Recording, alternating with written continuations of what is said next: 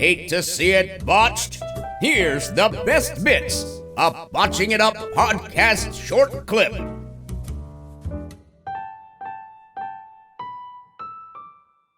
Isn't new and fresh. It's something. You want to talk me through this, Ben? What, the swamp fight? Yeah. Okay, here we go. It's another B movie match, and I feel like ever since they did the first one with Bray and also AJ and Taker at WrestleMania, they've been trying to rekindle the magic, and nothing has landed as well as the first two. I would agree. Everything has actually gotten slowly, progressively worse since the first two. Yeah, I mean, AEW's version of it was okay. Impact's one you liked, I didn't like it. And I'm really... Well, no, I liked that. I let me just keep the record straight here. I thought it was horrible. I liked it in the same way that I liked some of this stuff. That it's so bad that it becomes like an Asylum movie. You know, the Asylum company. Mm. They do Sharknado 5 and stuff. Oh, right, yeah. It gets to that level where it suddenly becomes hilarious, like Ken Shamrock and Sami Callihan riding through the sunset together in a dimly lit backlot to cowboy music. I thought was just magical. Yeah, okay, fair enough. But every time they do one of these B-movie matches now, I just get more and more annoyed with them. Well, first of all, I'm pretty sure the car pulling up scene in the swamp was the same road Undertaker biked off in. Brilliant. All right, I actually got play-by-play notes on this because there was so much going on. I just had to write it all down. So Bray turns up. Braun turns up on Bray's compound in his truck, and Bray is there in a rocking chair, dressed like version 1 Bray Wyatt. He then disappears, and Braun gets angry and throws the chair. He throws it at a sign that says, "Abandon all hope here." Then there's some intercut images of some farm animals looking scary as fuck. Yeah, 1.5 minutes in, you've got warthogs. Yeah.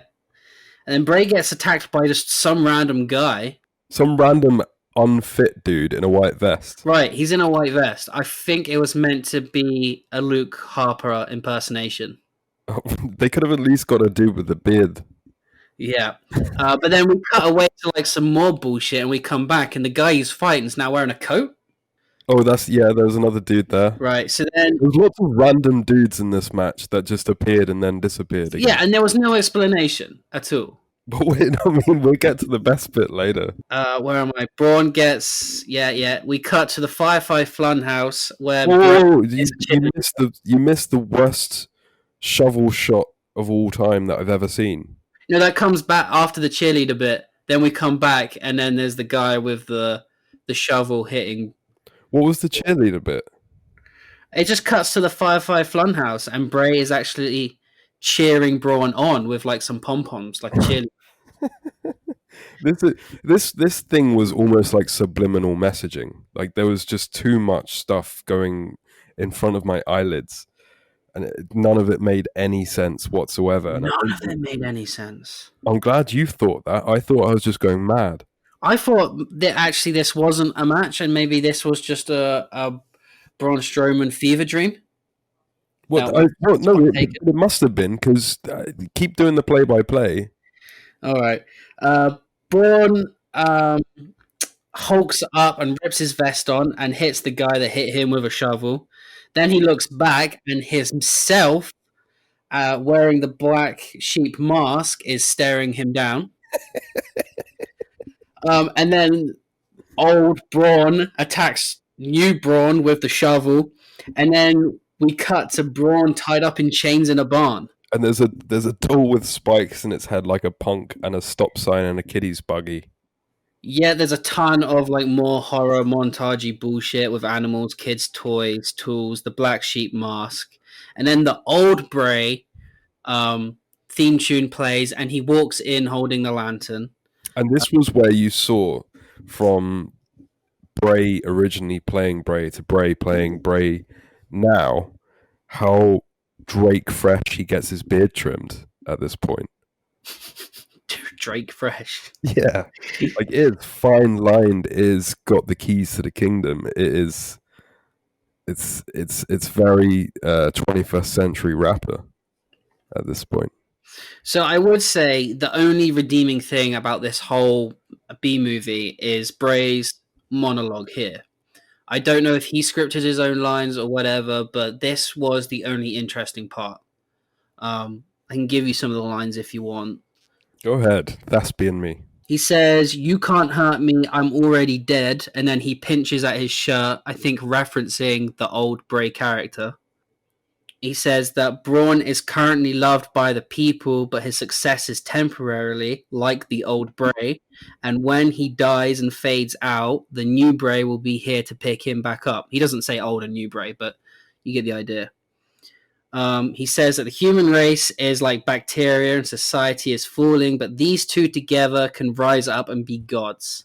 I think that Bray Wyatt is a pretty bad wrestling character, and I can't think of any outstanding physical matches that he's had necessarily.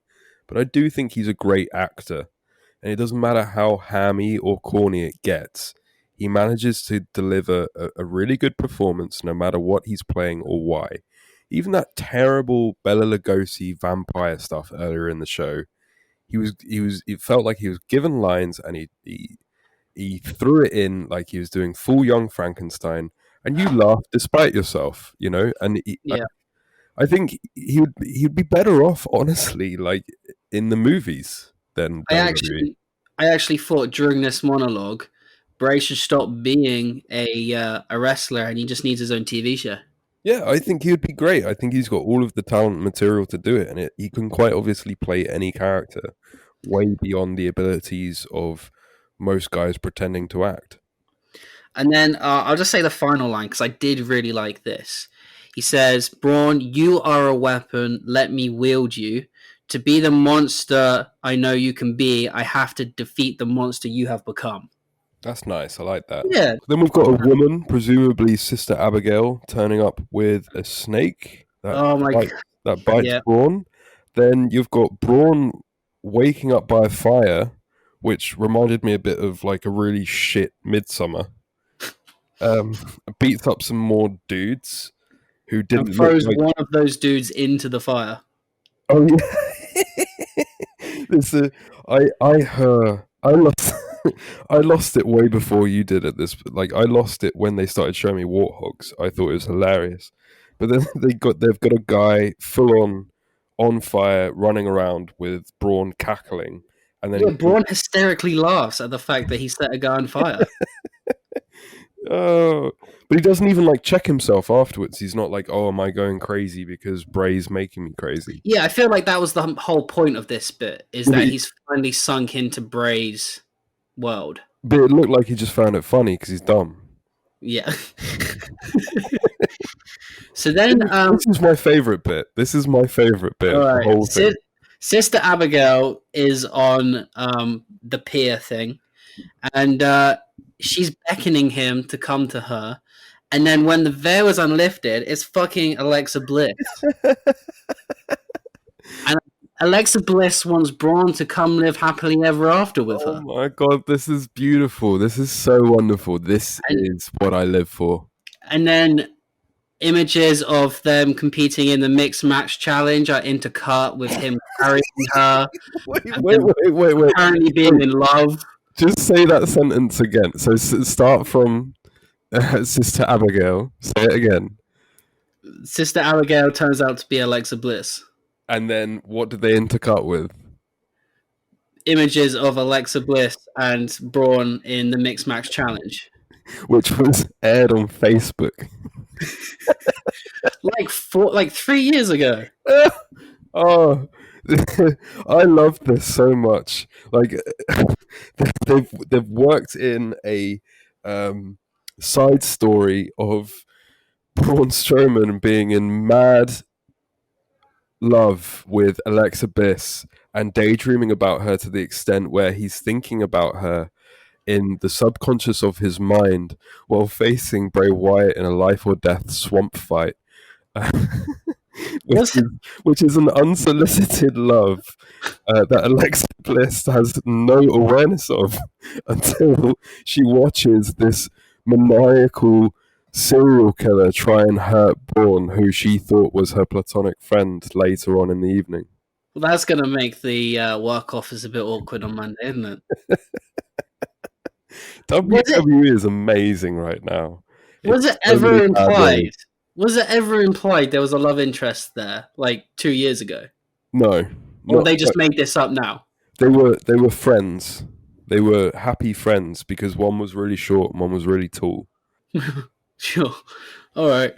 So apparently he loves her in his dark, twisted mind. So Bray jumps out and just starts digging into his eyes, and Braun chokeslams him onto a boat. The boat then just decides to drive off into the lake by itself. That chokeslam was the first wrestling move we saw this match. And what's with the eye gouging tonight? It's all about the eyes, baby. I didn't actually take note of that. That was the first wrestling match. Good. Thanks. I try my play-by-play sometimes. So a second later, the boat heads back. To this, Braun decides to wade into the water and check what's going on with the boat. And then Bray attacks him with an oar from out of nowhere. There's hints that there's a fucking alligator in the swamp. I missed this alligator. Where was the alligator? I didn't see it at all. It was just intercut images of an alligator. It wasn't next to them. You didn't see them in the same image. It was just intercut images. Because I was almost alligators for this thing. I thought that they were going to actually wrestle in a swamp with alligators around them. Because if they can give me an alligator on a golf course while the Viking Raiders and the Street Profits are playing a game, I thought they could have at least given me an alligator in an actual swamp fight, but they didn't. No, they saved that for the tag team. I don't think there was an actual real alligator there, but it's implied that Bray is going to try and murder Braun by feeding him to an alligator. He tries to drown him, and for a split second, I thought he actually succeeded in murdering him, but nope, Braun jumps back out. Bray is nowhere to be seen, so he jumps back onto the decking. Some kids are laughing now. Not sure why. I missed this. I think I'd lost consciousness by this point, honestly. I just remember that I think Braun's on the floor and they do a camera shot directly into his face. And it's the most derpy looking, dumbass fucking face I've ever seen on television. His eyes are like going cross-eyed and he's like, what's going on? I don't know. It's just the most perfect camera angle, and it's exactly how I think of Braun Strowman in my head. It's what he looks like most of the time. I love him. He's one of my favorite wrestlers, but I think he could be booked so well if Paul Heyman always took the negatives and swept them away and dealt with the positives, right? Braun looks great. Braun is a monster. You can do so much stuff with Braun which doesn't involve him talking every week, which WWE seems to force him to do. I don't know. Anyway. Right, so we're at the end of this match now. We've got intercut images of the old Wyatt family with the other two guys as well. Bray suddenly turns up again. He's got the shovel again, going crazy with it. It breaks in half, and now he's just using the handle. Braun gets up, big boots Bray into the lake. And then Braun declares himself the winner. That's it. And then the little Extreme Rules promo bit. Yeah, we get a post-credits scene in this shit. Yeah. The credits roll, then a hand comes out of the water, drags Braun into the water. He struggles for a bit, and then stillness. He's fucking drowned. Everything after the credit bit is a complete blur to me. Not because I don't remember it, but because I literally couldn't see anything on my screen. I don't know whether you could. I just saw lots of dark, then lots of red for about a minute, and couldn't physically look at anything. And I did have my glasses on. I couldn't see a single thing. Yeah, it was weirdly cut.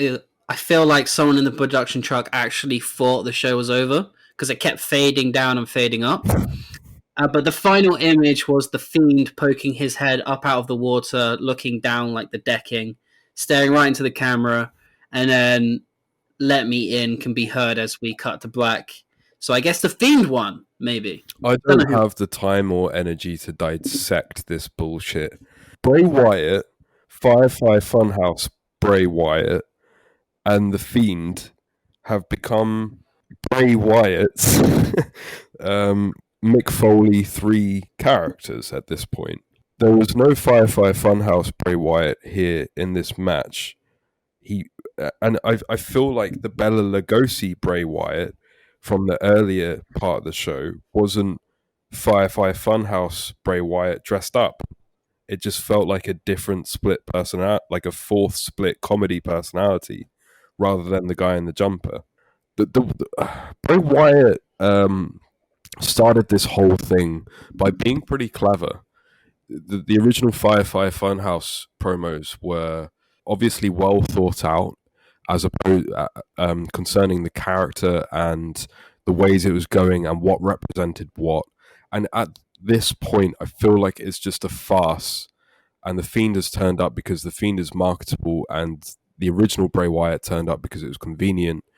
Firefly Funhouse Bray Wyatt is nowhere to be seen, and it was one of those gimmicks where it required an incredible amount of detail put into it in order for it to work, which is why Bray Wyatt was so good at it. And I think that either Bray Wyatt's given up or it's just been taken away from him at this point, because it made absolutely no sense. We're a long way separated from those original Firefly Funhouse segments. The character is the character's been like blurred into one big mess, rather, whereas before it was really nicely defined. I don't know what I'm watching anymore, or why, or how it's picked who is facing who, or for what reason, which was kind of the main point of the gimmick originally. I mean, at the end of the day, this is wrestling. So although Bray Wyatt's stuff is really engaging and entertaining and fun, these B movie matches, for me, I think are actually dulling down his character and his star presence. I think he needs normal wrestling matches. But we always say him in wrestling matches is not as good as him doing the acting stuff. So I don't know what the fix is, but I don't know. I don't think you can fix him, you know. I cannot see what you can do with him. Like, share, and subscribe to keep it botched up, brother.